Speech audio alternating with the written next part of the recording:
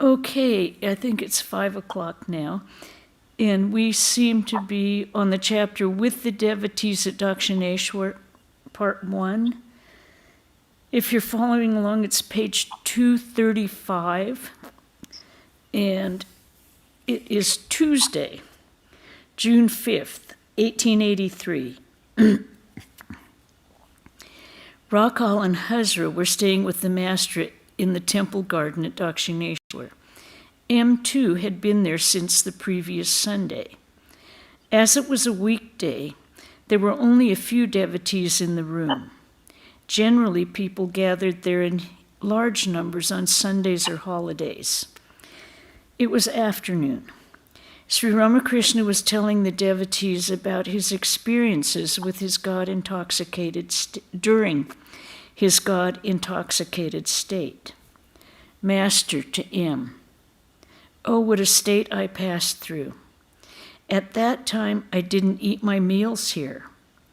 I would enter the house of a Brahmin in the village, or at Baranagar, or at Aryadaha. Generally, it would be past mealtime. I would just sit down there without saying a word. If the members of the household asked me why I would come, I would simply say, I want something to eat. Now and then, I would go, uninvited of course, to Ram Chatterjee's house at Alambazar, or to the Chowdhuries at Dakshineshwar. But I didn't relish the food at the Chowdhury's house. One day, I begged Mathur to take me to Devendranath Tagore's house. I said, Devendra chants the name of God. I want to see him. Will you take me there? Mathur Babu was a very proud man. How could one expect him to go to another man's house uninvited? At first, he hesitated, but then he said, All right, Devendra and I were fellow students. I will take you to him. Another day, I learnt of a good man named Dina Mukherjee, living at Bagh Bazaar near the bridge. He was a devotee. I asked Mathur to take me there. Finding me insistent, he took me to Dina's house in a carriage. It was a small place. The arrival of a rich man in a big carriage embarrassed the inmates. We too were embarrassed. That day, Dina's son was being invested with the sacred thread. The house was crowded, and there was hardly any place for Dina to receive us. We were about to enter a side room when someone cried out, Please don't go into that room. There are ladies there. It was really a distressing situation. Returning, Mathur Babu said, Father, I shall never listen to you again. I laughed. Oh, what a state I passed through. Once Kumar Singh gave a feast to the sadhus and invited me too. I found a great many holy men assembled there. When I sat down for the meal, several sadhus asked me about myself. At once I felt like leaving them and sitting alone. I wondered why they should bother about all that. The sadhus took their seats. I began to eat before they had started. I heard several of them remark, Oh, what sort of man is this? It was about 5 o'clock in the afternoon. Sri Ramakrishna was sitting on the steps of his veranda. Hazra, Rakal, and M were near him. Hazra had the attitude of a Vedantist. I am he. Master to Hazra. Yes, all one's confusion comes to an end if only one realizes that it is God who manifests himself as the atheist and the believer, the good and the bad, the real and the unreal, that it is he who is present in waking and in sleep, and that he is beyond all these. Excuse me. There was a farmer to whom an only son was born when he was rather advanced in age. As the child grew up, his parents became very fond of him. One day, The farmer was out working in the fields when a neighbor told him that his son was dangerously ill, indeed, at the point of death. Returning home, he found the boy dead. His wife wept bitterly, but his own eyes remained dry. Sadly, the wife said to her neighbors, "Such a son has passed away, and he hasn't even one tear to shed." After a long time, the farmer said to his wife, "Do you know why I am not crying? Last night I dreamt I had become a king and the father of 7 princes. These princes were beautiful as well as virtuous. They grew in stature and acquired wisdom and knowledge in the various arts. Suddenly I woke up. Now I have been wondering whether I should weep for those 7 children or this one boy. To the jnanis, the waking state is no more real than the dream state. God alone is the doer. Everything happens by his will." Hazra. But it is very difficult to understand that. Take the case of the sadhus of Bukoilash, how people tortured him and in a way killed him. They had found him in samadhi. First they buried him, then they put him under water, and then they branded him with a hot iron. Thus they brought him back to consciousness of the world. But in the end, the sadhu died as a result of these tortures. He undoubtedly suffered at the hands of men, though, as you say, he died by the will of God. Master, man must reap the fruit of his own karma. But as far as the death of that holy man is concerned, it was brought about by the will of God. The Kavirajas prepare Makaradya Vraja in a bottle. The bottle is covered with clay and heated in the fire. The gold inside the bottle melts and combines with the other ingredients, and the medicine is made. Then the physicians break the bottle carefully and take out the medicine. When the medicine is made, what difference does it make whether the bottle is preserved or broken? So people think that the holy man was killed, but perhaps his inner stuff had been made. After the realization of God, what difference does it make whether the body lives or dies? The sadhu of Bukoilash was in samadhi. There are many kinds of samadhi. My own spiritual experiences tally with the words I heard from the sadhu of Rishikesh. Sometimes I feel the rising of the spiritual current inside me, as though it were the creeping of an ant.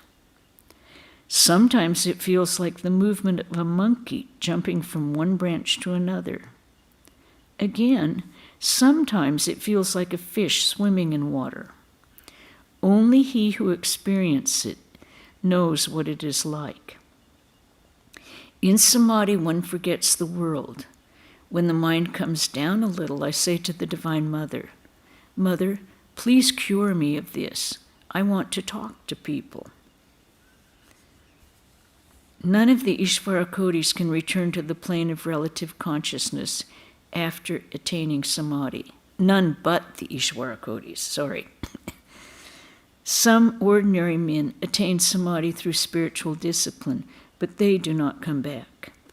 But when God himself is born as a man, as an incarnation, holding in his hand the key to others' liberation, then for the welfare of humanity, the incarnation returns from samadhi to consciousness of the world. M to himself. Does the Master hold in his hand the key to man's liberation? Hazra. The one thing needful is to please God. What does it matter whether an incarnation exists or not? It was the day of the new moon. Gradually night descended, and dense darkness enveloped the trees and the temples. A few lights shone here and there in the temple garden. The black sky was reflected in the waters of the Ganges. The master went to the veranda south of his room.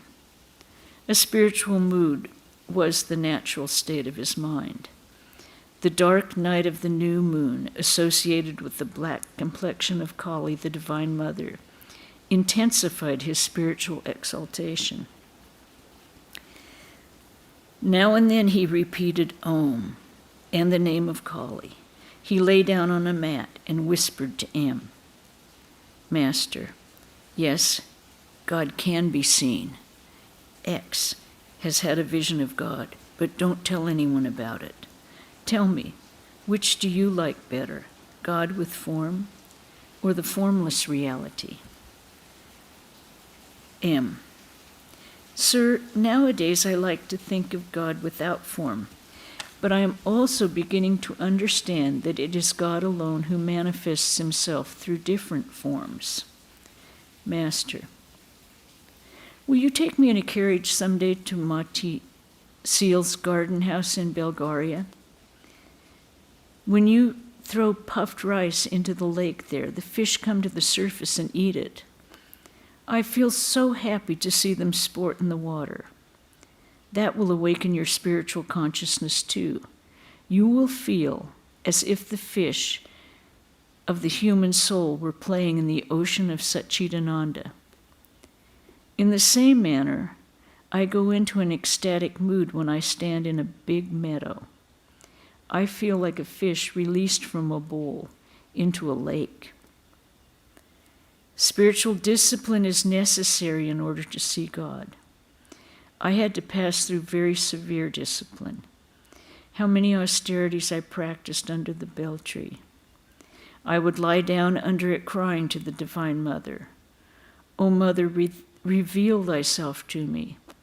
The tears would flow in torrents and soak my body. M. You practice so many austerities, but people expect to realize God in a moment. Can a man build a wall simply by moving his finger around his home? Master with a smile. Amrita says that one man lights a fire and 10 bask in its heat. I want to tell you something else. It is good to remain on the plane of the Leela after reaching the Nitya. M. You once said that one comes down to the plane of the Leela in order to enjoy the divine play. Master, no, not exactly that. The Leela is real too. Let me tell you something. Whenever you come here, bring a trifle with you. Perhaps I shouldn't say it. It may look like egotism. I also told Adhar Sen that he should bring a pennyworth of something with him. I asked Bhavanat to bring a pennyworth of betel leaf. Have you noticed Bhavanat's devotion?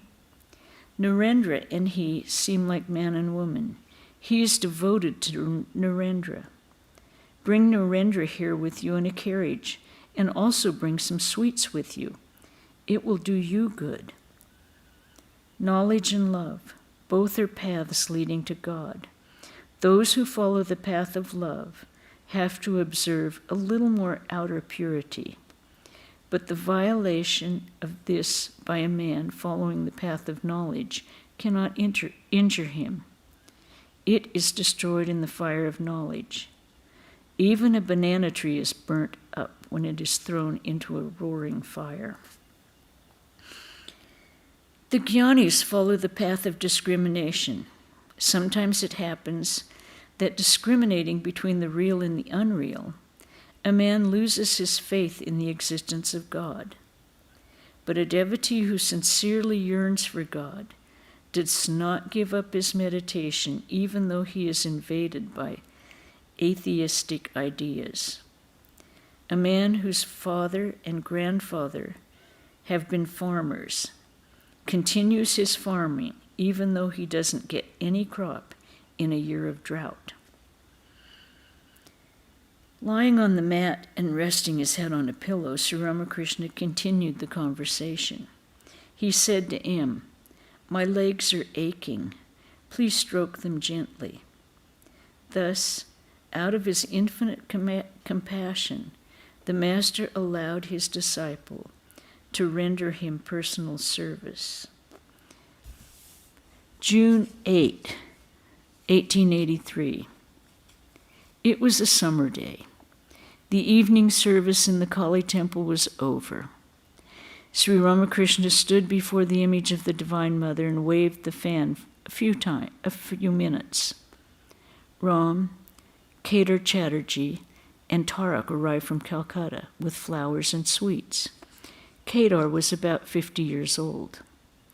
At first he had frequented the Brahmo Samaj and joined other religious sects in his search for God, but later on he had accepted the Master as his spiritual guide. He was an accountant in a government office and lived in a suburb of Calcutta. Tarak was a young man of 24. His wife had died shortly after their marriage. Tarak became Swami Shivananda. He hailed from the village of Barasat, not far from Calcutta.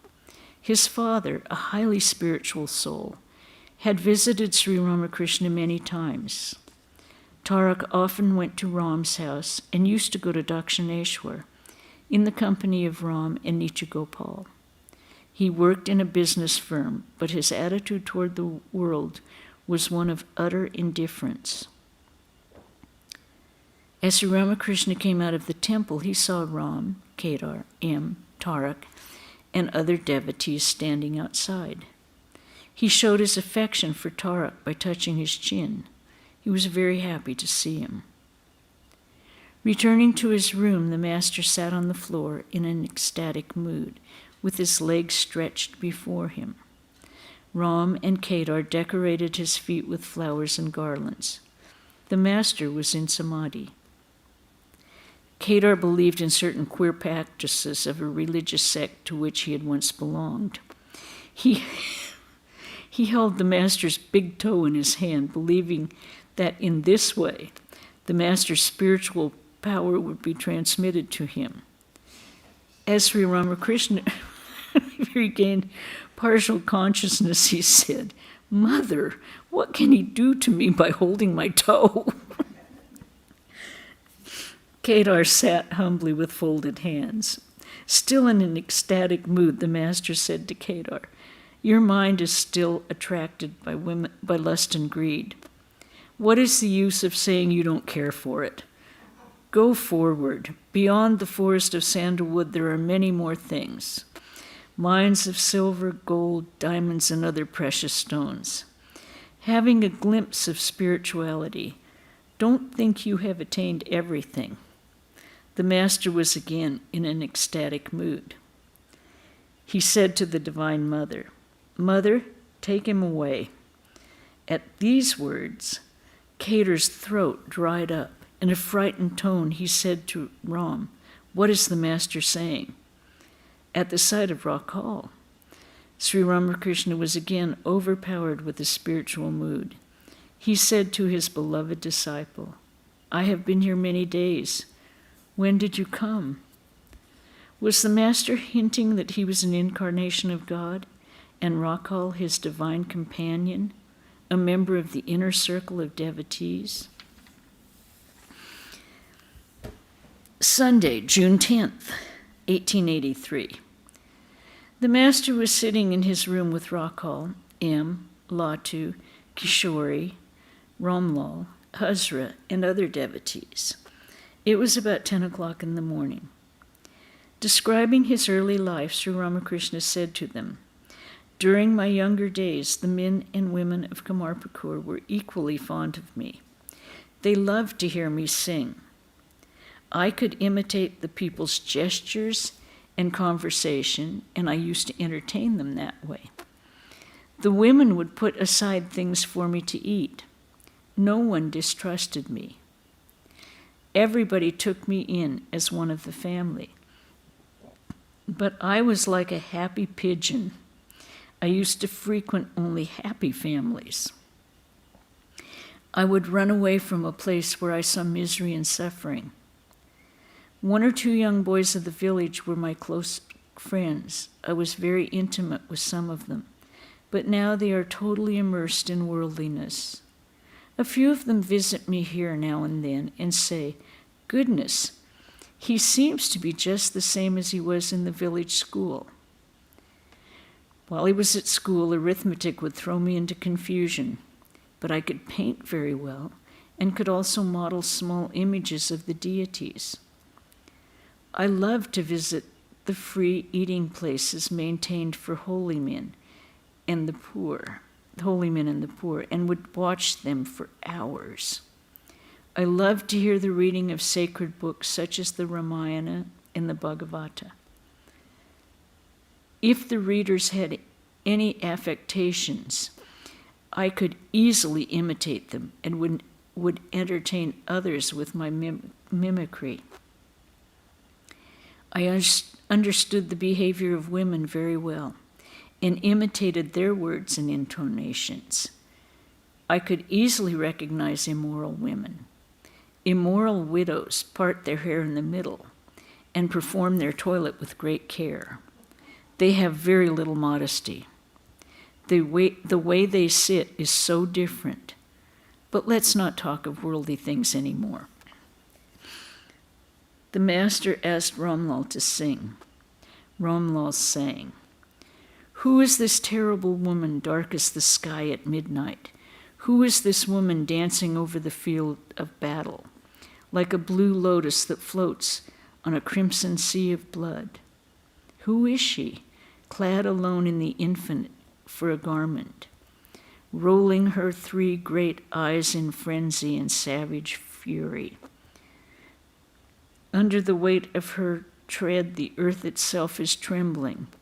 Shiva, her mighty husband who wields the fearful trident, lies like a lifeless corpse beneath her conquering feet." The next song describes the grief of Mandodari at the death of her husband Ravana. As he listened to it, the master shed tears of sorrow and said, "Once, when I entered the pine grove over there, I heard the boatman on the Ganges singing that song and wept bitterly for a long time. I had to be brought back to my room." Ramlal sang about the love of the gopis for Sri Krishna. Akrura was about to drive Sri Krishna in a chariot from Vrindavan to Mathura. The gopis would not let him go. Some held the wheels of the chariot, some lay down in front of it. They blamed Akrura, not knowing that Sri Krishna was leaving them of his own will. Akrura was explaining this to the gopis. Ramlal sang, hold not the chariot's wheels. Is it the wheel that makes it move? The mover of its wheels is Krishna, by whom all the worlds are moved." About the gopis, the master said, what deep love, what ecstatic devotion they had for Krishna. Radha painted the picture of Sri Krishna with her own hand, but did not paint his legs, lest he should run away to Mathura. I used to sing these songs very often during my boyhood. I could reproduce the whole drama from memory. After his meal, Sri Ramakrishna sat on the couch. He had not yet found time to rest. The devotees began to assemble. One party arrived from Manirampur and another from Bulgaria. Some of the devotees said, "We have disturbed your rest." Master, "Oh no, what you say applies only to a Rajasic man, about whom people say, 'Ah, now he will enjoy his sleep.'" The devotees from Manirampur asked the master how to realize God.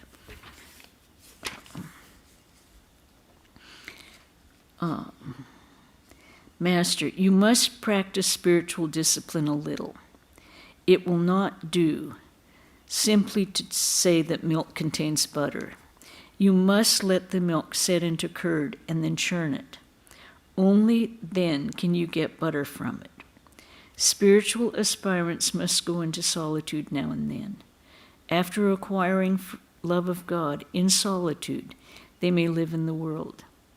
If one is wearing a pair of shoes, one can easily walk over thorns. The most important thing is faith.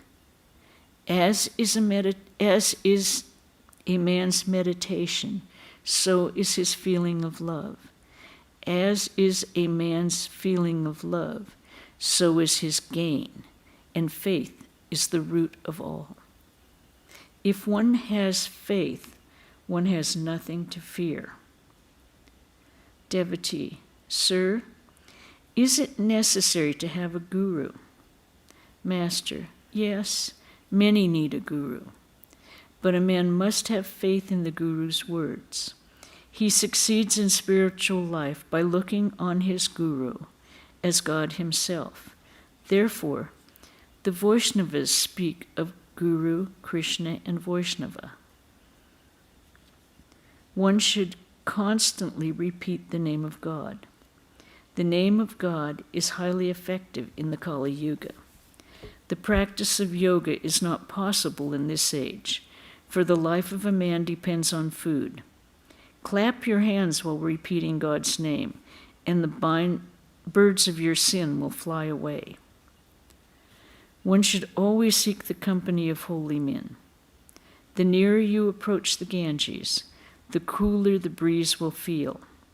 Again, the nearer you go to the fire, the hotter the air will feel. But one cannot achieve anything through laziness and procrastination.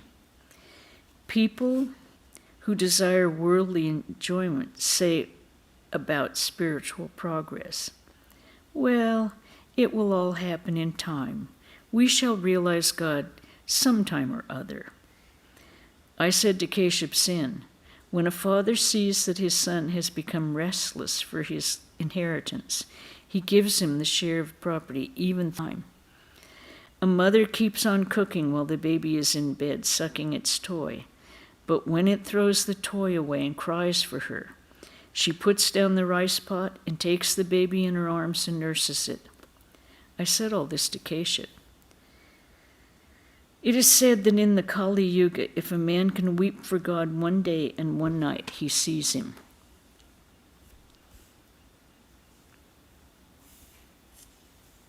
Okay, I think we'll stop there. We're next Saturday, we will be at the top of page 242. We're kind of in the middle of how to realize God, but there's no good stopping place. So, does anyone have any questions or comments on what we've read?